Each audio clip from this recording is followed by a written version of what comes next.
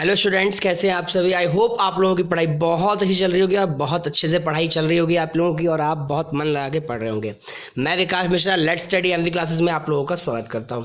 आज की क्लास में बच्चों हम क्लास 10th के चैप्टर नंबर 3 एक नया चैप्टर स्टार्ट करेंगे, क्योंकि पिछले चैप्टर में मैंने आपको चैप्टर 2 जो है वो पूरा कंप्लीट करा दिया था। तो आज की क्लास चैप्टर 3 से स्टार्ट करते हैं। उम्मीद करता हूँ कि आप लोगों को ये चैप्टर बहुत ही अच्छे समझ में आएगा। तो देखिए ध्यान से, इस पूरे चैप्टर को समझने के लिए पूरा वीडियो देखिए और समझिए कि मैं क्या बता रहा हूँ आपको। चलिए स्टार्ट करते हैं। देखिए, हमारे चैप्टर का नाम है pair of linear equation. Linear equation क्या होता है इसके बारे में डिस्कस करते हैं। तो मेरी बात जरा ध्यान सुनेंगे बच्चों कि लीनियर इक्वेशन का मतलब, अगर कभी भी आपके पास इस तरह से, और यहाँ पे एक बात लिखी है टू वेरिएबल। वेरिएबल का मतलब ये होता है कि सवाल में आपके पास दो वेरिएबल होते हैं। अब मेरी बात जरा ध्यान सुनेंगे, ये जो नंबर लिखा होता है इसके साथ ये जो अंग्रेजी अक्षर x है, ये जो नंबर लिखा है इसके साथ ये अंग्रेजी अक्षर y है, इसको वेरिएबल कहा जाता है। अगर मेरे पास सवाल इस तरह से लिखा होता है 2x + 3 = में 0, तो this is a one variable equation. और वन वेरिएबल को आप आराम से बहुत ही अच्छे से यहाँ से आसानी से x का मान निकाल लेते हैं। यहाँ तक की बातें आपको समझ में आ रही होंगी, ये तो आपने बचपन में पढ़ रखा है। लेकिन इसमें क्या होता है बच्चों, इसमें क्वेश्चन आपके पास जो है कुछ इस तरह से लिखा होता है x + 2y + 7 = में 0। अब आप देख पा रहे हैं कि यहाँ पर x भी है और y भी है, यानी कि इसमें कितने वेरिएबल हो गए, 2 वेरिएबल हो गए। मेरी बात समझ में आ रही है। तो यहाँ पे 2 वेरिएबल हो गए, इसको आपको ग्राफ से प्रेजेंट करना होता है। मेरी बात ध्यान सुनेंगे। लीनियर इक्वेशन को सॉल्व करने के दो तरीके हैं। तो बच्चों, पहला तरीका जो है, उस पहले तरीके को आप बोलते हो ग्राफिकली। क्या बोलते हो उसको?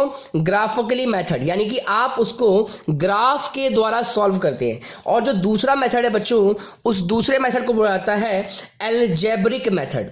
एल्जेब्रिक मेथड, एल्जेब्रिक मेथड के अंदर हम x और y की वैल्यू निकालना सीखेंगे कि x और y की वैल्यू किस तरह से निकाली जाती है। और ग्राफिकल में क्या होगा, हम एक ग्राफ बनाकर उस सवाल में x और y की वैल्यू को निकालना सीखेंगे।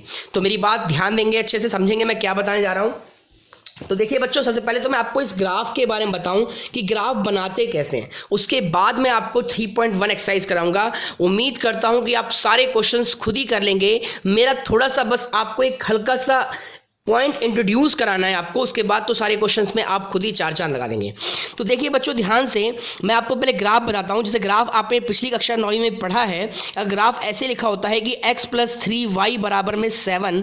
मेरे पास ये एक इक्वेशन है, मुझे इसका ग्राफ ड्रॉ करना है। तो मैंने बताया था आपको, ग्राफ ड्रॉ करने के लिए आपको लिखना होगा x = 7, ये ऐसे ही रहेगा।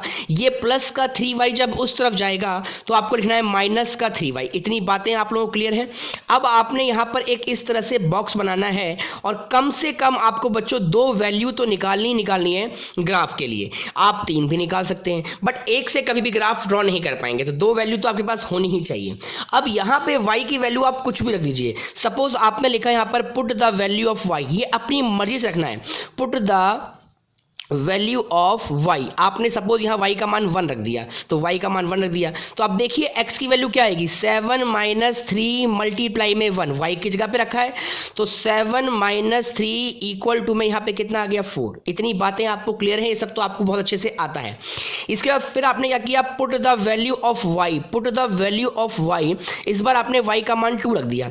y का मान क्या रख दिया, 2 रख दिया। आप 3 रख सकते हैं, आप माइनस में भी रख सकते हैं। तो 7 - 3 में 2। मेरी बातें क्लियर हैं। अब देखिए 3 × 2 = 6, तो कितनी वैल्यू आई यहां बच्चों, देखिए ध्यान से, 1 आ गई। तो ये 2 वैल्यू आपके पास आ चुकी हैं।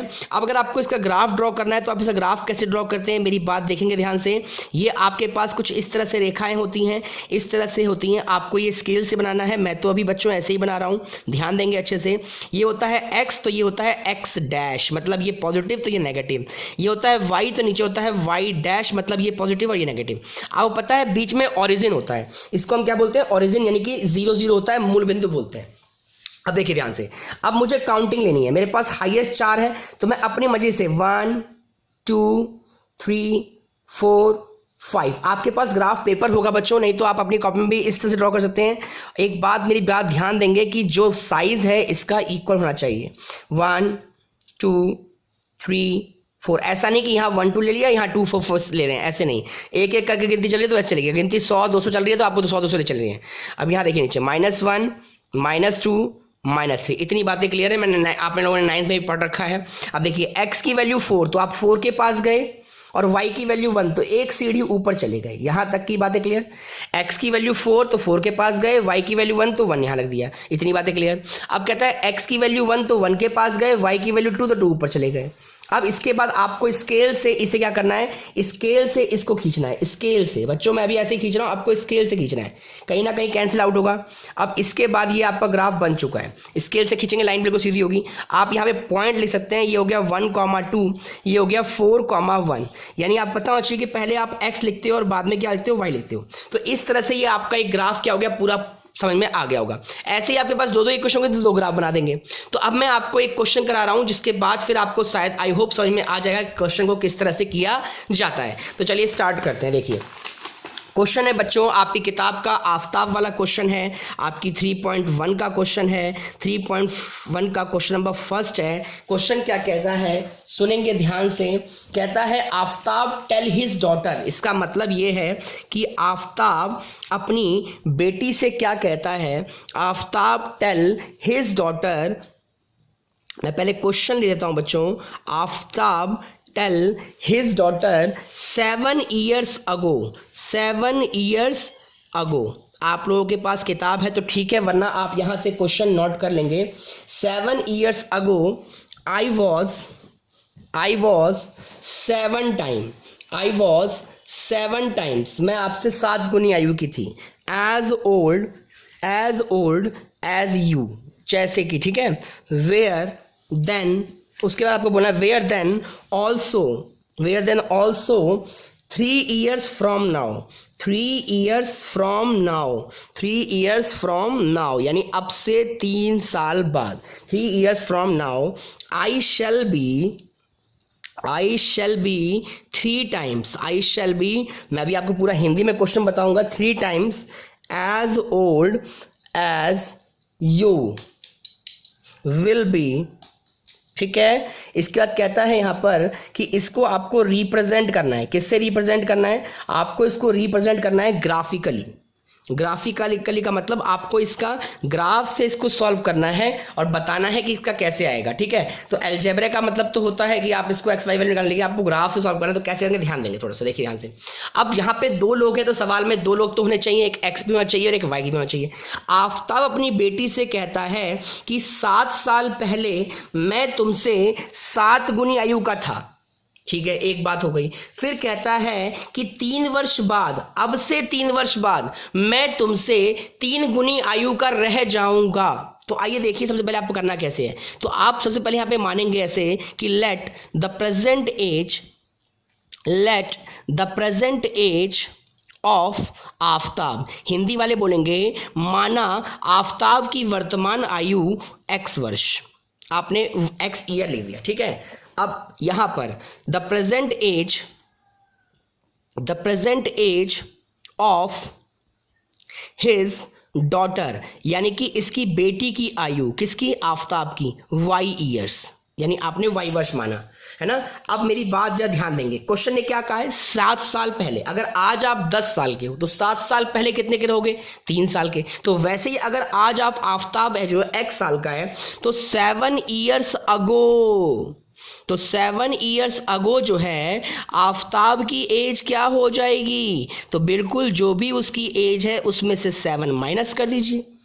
सेम ऐसे ही तो 7 years ago उसकी डॉटर की एज क्या हो जाएगी, तो डॉटर की एज क्या होगी, जो भी उसकी इक्वेशन है उसमें 7 माइनस कर दो।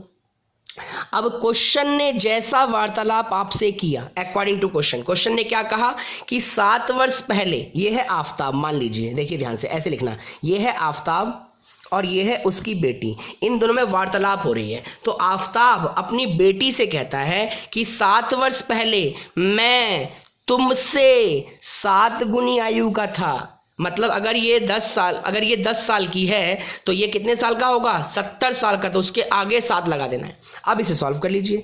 x माइनस 7 इक्वल टू में इसको इससे मल्टीप्लाई करेंगे, 7y माइनस 7 7 जा 49, इसको इधर ले आएंगे xy वाले को, तो ये माइनस का 7y इक्वल टू में माइनस 49, ये जब उस तरफ जाएगा तो प्लस का 7 हो जाएगा, तो x minus 7y equal to में माइनस का 42, इक्वेशन नंबर फर्स्ट। तो बच्चों एक इक्वेशन तो आपकी यहां से बन गई। इतनी बातें क्लियर है। अब दूसरी इक्वेशन क्या कहता है, देखो पहला केस तो हो गया, अब दूसरा केस इसी में क्या कहता है, कहता है 3 years from now Aftab age, इसका मतलब 3 वर्ष बाद आफ्ताब की उम्र क्या हो जाएगी, अगर वो x साल का है तो 3 वर्ष बाद x प्लस 3, अगर आज आप 10 साल के हो तो 3 वर्ष बाद कितने हो, 13 के हो जाओगे। तो ऐसे ही 3 years from now, 3 years from now daughter की एज कितनी हो जाएगी, बताइए, आप बताइए, मेरे लिखने से पहले बताइए, क्या हो जाएगी, y प्लस 3। Very good. अब इसके बाद क्या करना है आपको, फिर वही बात है, अकॉर्डिंग टू क्वेश्चन, दोनों को इक्वल टू में रखा, ये है आफ्ताब और ये है उसकी बेटी। अब मेरी बात जरा ध्यान देंगे दोबारा, क्वेश्चन में देखिए क्या कहा गया है, 3 टाइम्स कहता है। अब आफ्ताब कहता है कि 3 वर्ष बाद मैं तुमसे 3 गुनी आयु का हो जाऊंगा, तो अब आपको इसे भी सॉल्व कर लेना है। 3 3 9, x को इधर, y को भी एक तरफ, ये 9 ऐਵੇਂ ही रहेगा, ये 3 जब उस तरफ जाएगा तो -3, आप देख पा रहे हैं कि x minus 3y equal to में 6, इक्वेशन नंबर सेकेंड। तो प्यारे प्यारे बच्चों आपके पास 2 इक्वेशन बन चुकी है, इन दोनों इक्वेशन को अब हम ग्राफिकली सॉल्व करेंगे। तो पहली इक्वेशन है x minus 7y equal to में -42, this is the first equation, और दूसरी इक्वेशन है x minus 3y equal to में 6, इक्वेशन नंबर सेकेंड। अब इसे ग्राफिकली कैसे सॉल्व करना है ये समझिए आप। तो पहले वाली को करते हैं पहले, x minus 7y equal to में -42, इसके लिए आप एक छोटा सा बक्सा बना लीजिए। मेरी बातें आपको समझ में आ रही होंगे, स्पष्ट होंगी। अब आपने लिखा यहाँ पर x माइनस 42, ये 7y को आप जब उधर ले जाएंगे तो प्लस का 7y हो गया, बिल्कुल ठीक है। अब यहाँ पर आप y की वैल्यू रख दीजिए, तो y की वैल्यू ऐसी रखना जो कि आपके पास वैल्यू ज़्यादा लंबी ना हो, नहीं तो फिर आपको ग्राफ में उतने पॉइंट लेने पड़ते हैं। तो सपोज मैंने यहाँ पे put the value of y मैंने 7 रख दिया, तो आप देखिए 7 से क्या होगा, तो x इज इक्वल टू क्या होगा, -42 प्लस 7 मल्टीप्लाई में 7, -42 प्लस 49, तो यहाँ पे कितना आ गया, 7 आ गया। कोई जरूरी नहीं है कि आप 7, आप 8 रख सकते हो, आप 2 रख सकते हो, 3 कुछ भी रख सकते हो, आपकी मर्जी। इस बार मैंने क्या करा, इस बार मैंने 6 रख दिया, put the value of y equal to में 6 रख दिया, देखिए यहाँ 6 रख दिया, तो x की वैल्यू क्या आ गई, -42 प्लस 7 मल्टीप्लाई में 6, -42 प्लस 42 कितना आ गया, 0 आ गया। मेरी बातें क्लियर यहाँ तक, इतनी बातें क्लियर। अब देखिए ध्यान से, इतनी बातें हो गई। अब इसी का दूसरा ग्राफ भी देखना है। अब लिखा हुआ है x minus 3y equal to में 6, तो x इज इक्वल टू में क्या होगा, 6 प्लस 3y, इसका भी बॉक्स बनाएंगे आप। अब यहां से भी 2 वैल्यू तो चाहिए ग्राफ प्लॉट करने के लिए, आप 3 भी निकाल सकते हैं।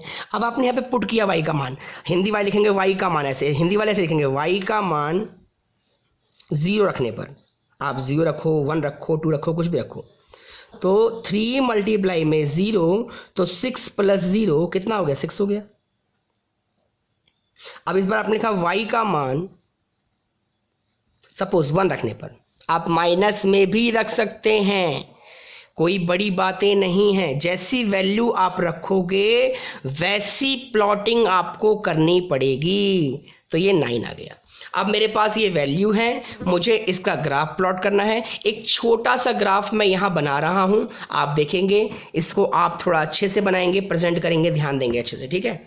जैसी वैल्यूज उस हिसाब से ग्राफ प्लॉट करना है, ठीक है। देखिए ये इस तरह से ऐसे बनाना है आपको, बहुत ही सफाई से। यहाँ 0 होता है, आपके पास हाईएस्ट वैल्यू देखिए 9 है, तो आपने लिखा 1 2 3 4 5 6 7 8 9 10, मैंने अपनी मर्जी से लिखा है। -1 -2 माइनस में है ही नहीं, तो ज़्यादा आपको उड़ना नहीं है। अब देखिए 1 2 3 4 5 6 7 8, मैंने ऐसे लिख दिया, ठीक है, अपनी मर्जी से। अब देखिए ध्यान से, ये है x, ये है x डैश, ठीक है, ये है y, ये है y डैश, इसको एक्सिस है, y एक्सिस, इसे y एक्सिस बोलते हैं और इसको x एक्सिस बोलते हैं। तो अब आपके पहले पॉइंट देखिए, x की वैल्यू 7, आप 7 के पास गए, और y भी 7, तो आप यहां से भी 7 के पास गए, यहां से भी 7 आए, तो आपके पास पॉइंट कहां आ गया, ये आ गया, एक पॉइंट। फिर कहता है x की वैल्यू 0, आप 0 मतलब यहीं रह गए, ना आप इधर गए, ना आप इधर गए, आप यहीं रह गए 0। लेकिन y की वैल्यू क्या है 6, तो आप 6 के पास चले गए। अब यहां से आपने ये एक लाइन खींच दी, तो ये जो लाइन खींची बच्चों आपने, ये एक इक्वेशन हो गई, और आप इस पर इक्वेशन का नाम लिख सकते हैं कि ये इक्वेशन कौन सी है, x minus 7y equal to में माइनस का 42, ये इक्वेशन हो गई। आप यहाँ पे वैल्यू लिख सकते हैं कि ये 7 7 है, और ये जो है ये क्या है 0 और 6 है। अब दूसरी पॉइंट देखिए, दूसरा क्या कहता है, x 6, आप 6 के पास गए, और y 0, आप कहीं गए ही नहीं, आप वहीं रह गए। तो कहता है x 9, आप 9 के पास गए, और y 1, तो आप एक सीढ़ी ऊपर चले गए। यही करते हैं ना।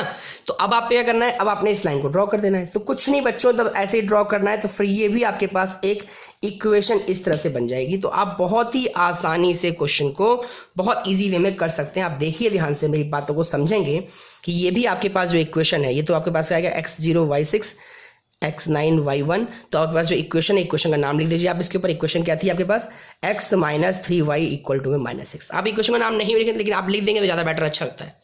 तो इस तरह से आपका ये क्वेश्चन हो गया। अब थोड़ी थोड़ी बातें और समझेंगे कि सेकंड और थर्ड क्वेश्चन कैसे करना है। करना आपको ही है। तो बच्चों सेकंड क्वेश्चन में क्या लिखा है आपके पास, सेकंड क्वेश्चन में आपके पास बोल रखा है कि अब आप जैसे मान लो क्रिकेट में जा रहे हो और आपने बॉल खरीदा, आपने गेंद भी खरीदी, बॉल भी खरीदी। तो सुना ध्यान से, सपोज आपने जो बैट को मान लिया x, बैट की प्राइस क्या मान ली x, बैट की प्राइस मान लेना x, और बॉल की प्राइस क्या मान लेना y, ठीक है। अब बॉल की प्राइस आपने y मान ली। अब क्वेश्चन में साफ साफ कहता है कि आपने 3 बैट खरीदे, 3 बैट खरीदे 3x होंगे, और आपने 6 बॉल खरीदे तो 6y होगा, और रुपीज आपने 3900 दिए। इतनी बात समझ में आ रही है। आप इस सवाल को छोटा कर, मैं देखो बहुत रफली कर रहा हूं, आप इसको बकायदा पूरे नियम कानून से लिखेंगे कि माना बैट की कीमत, माना बॉल की कीमत, इस तरह से। अब ये 3 यहां से डिवाइड हो जाएगा, तो x + 2y इक्वल टू, जब इसे काटेगा तो 1300 हो गया। ऐसे एक क्वेश्चन 1 बन जाएगी। सेम ऐसे एक क्वेश्चन और बनेगी। कहता है आपने एक बैट खरीदा, फिर दोबारा एक बैट खरीदा तो एक बैट, 2 बॉल खरीदे 2y, रुपीज आपने, देखो दोनों इक्वेशन सेम है, कोई दिक्कत नहीं है, लेकिन आप इसे सॉल्व करेंगे। एक बात ध्यान रखेंगे, जब सवाल में यहाँ गिनती 100 में चल रही है तो आप वैल्यू 1 2 रखेंगे। आप जब ग्राफ ड्रॉ करेंगे तो वैल्यू रखेंगे 100 200 500, ऐसी वैल्यू रखेंगे। तो उम्मीद करता हूं कि 3.1 आपकी कंप्लीट हो जाएगी। नेक्स्ट लेक्चर में मिलेंगे 3.2 के साथ। आप इतने क्वेश्चंस को बनाएंगे, कोई डाउट होगा तो बताएंगे मुझे। नेक्स्ट लेक्चर में मिलते हैं बच्चों। तो आज के लिए इतना ही। Thanks for watching, bye.